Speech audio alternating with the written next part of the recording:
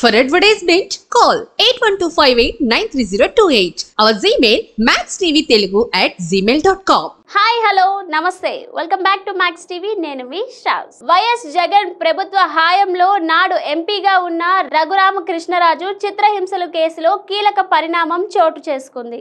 కస్టడీలో చిత్రహింసలు పెట్టడం నిజమేనని విచారణ అధికారులకు నాటి సిఐడి సిబ్బంది వివరాలను వెల్లడించారు. వీడియో కాల్ లైవ్ లో రఘురామను కొడుతూ తమ చీఫ్ కు చూపామని సిఐడి పోలీసులు వివరించారు. నిజాలు బయటపడడంతో గూగుల్ టేక్అవుట్ ద్వారా సునీల్ కుమార్ కదలికను పోలీసులు గుర్తించారు. సిఐడి చీఫ్ గా ఉన్న సమయంలో సునీల్ కుమార్ కాల్ డేటాపై కూడా పోలీసులు కన్ను వేశారు. నిజాల్ని బయటపడడంతో సునీల్ కుమార్ అడ్డంగా బుక్ అయ్యారు.